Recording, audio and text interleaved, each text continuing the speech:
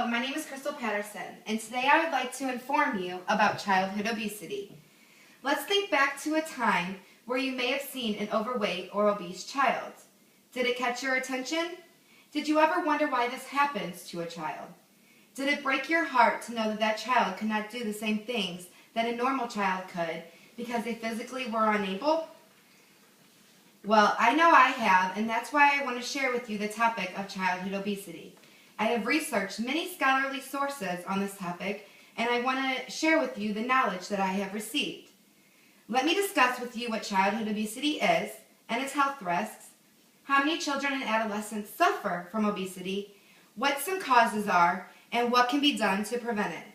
First, what is childhood obesity, how is it defined, and what are some possible health risks? Childhood obesity is defined as excessive body fat that is measured through the use of a body mass index or a BMI. For children under the age of 2, a body mass index is not recommended, and the use of growth charts is by a physician. The body mass index is a ratio between an individual's height to weight in comparison to their age and gender. As seen in this chart, a child's body mass index demonstrates that they are overweight at the 85 to 95 percentile and obese at greater than 95 percentile. Childhood obesity is linked to many health risks.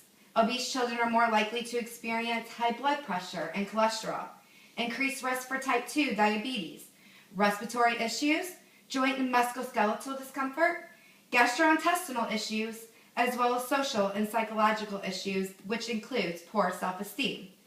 Obese children typically will become obese adults. Now that I've defined what childhood obesity is and its health risks, let me move on to the second topic. How many children suffer from childhood obesity in the United States? According to the CDC, Center for Disease Control and Prevention, and the data from the National Health and Nutrition Examination Survey, approximately 17%, or 12.5 million of children and adolescents aged 2 to 19 years are obese. Since 1980, obesity prevalence among children and adolescents has almost tripled, as indicated in this bar graph. There are significant racial and ethnic disparities in obesity prevalence among U.S. children and adolescents. As shown in this study, Hispanic boys and non-Hispanic black girls were significantly more likely to be obese than all other children.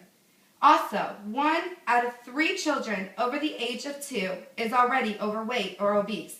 Wow, that is an epidemic on the rise for the United States. Now that I have discussed many children that suffer from obesity in the United States, let's move on to my third topic. What are some causes of childhood obesity? Childhood obesity is caused by consuming too many high-caloric foods which aid high in fats and sugars and not getting the recommended daily amount of physical activity needed. Genetics and social factors will also play a role. Children are eating more meals away from home due to convenience of high-prepared restaurant meals. Children are snacking too often and consuming more sugar-contained beverages.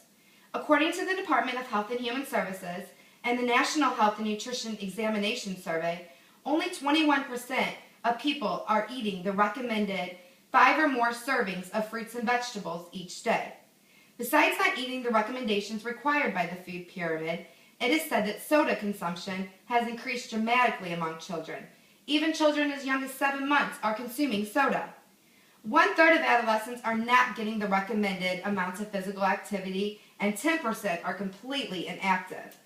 Children's leisure times consist of watching television, playing video games, as well as using the computer and/or cellular devices. Take a look at this picture. How many things do you see wrong? Can you point out the issues that I have discussed? If you have said 5, then you are correct. There is an excessive amount of evidence that proves that genetic and susceptibility is an important factor for obesity. For instance, there is a 75% chance that if both parents are obese, then the child will be as well, and a 25 to 50% chance if only one parent is obese. Now that I have discussed a few possible causes of childhood obesity with research and statistics to support my claims, let's discuss my third topic. What can be done to prevent it? There is no single solution to prevent the epidemic of obesity in children. Social and cultural changes must take place to address this issue. First, you can limit the amount of TV, computers, and video games. Children should not receive no more than 1 to 2 hours. Second, encourage physical activity and educational programs daily.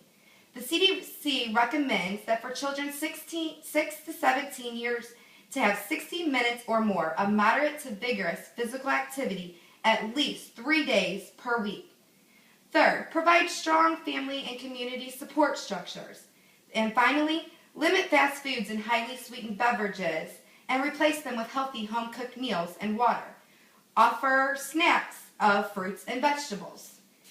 In conclusion, I have discussed many important aspects of childhood obesity as to what it is, how many children suffer, what some main causes are, and what are some preventative measures to decrease obesity.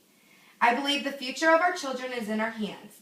This may not necessarily involve your children, but it can involve a friend's, a family member's, a co-worker's, or a neighbor's. These children need the guidance and direction so that they are able to maintain a healthier life. We can provide an insight to childhood obesity through education, so we can put a stop to this epidemic crisis. Thank you.